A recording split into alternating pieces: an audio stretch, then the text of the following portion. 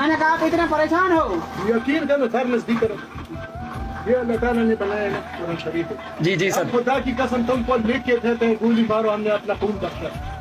ہم اتنا تنگ حاجی صاحب ہو, ہم مسلمان ہو, کوئی جھوٹا نہیں ہوں. جس نے خدا کا گھر دیکھا ہوگا یہ اپنی گاڑی ہے. میں جان سے تنگ ہوں, مجھے کوئی قتل کرے میں اپنا خون بخشتا ہوں. یہ گاڑی چلانا اس وقت ماں چلانا ہے. جیسے کوئی اپنا ماں چکلے میں لے جائے, یہ گاڑی چلانا اور وہ ایک ہی بات ہے. 10 دن صرف لوڈ کے لیے کھڑا تھا. پشاور جائے گا بنو میں روڈ بند ہے, ادھر جائے گا پاکستان میں روڈ بند ہے. ہر طرف ظلم ہی ظلم ہے, اور خاص کر اس ملک کے فوج نے ظلم شروع کیا. نہ ہم تم امن نہیں لا سکتے.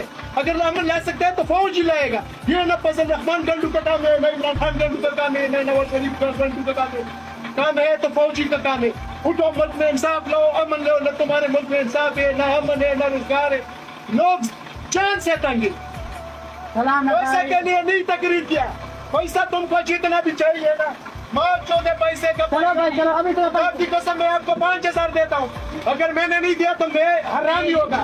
اگر اس ملک میں ہم اتنا خفا ہے نا کہ بس دل ہمارا ایسے خون کا آنسو کہتے ہیں. یہ ہمارا ملک ہے, تمہارا بھی ہے, ہمارا بھی ہے. جب اس میں ایسا روزانہ موت آتے, دھماکے آتے, راستے 5-5, 8-8, 10-10 دن بند ہوتے, اس ملک سے کیا بنے گا؟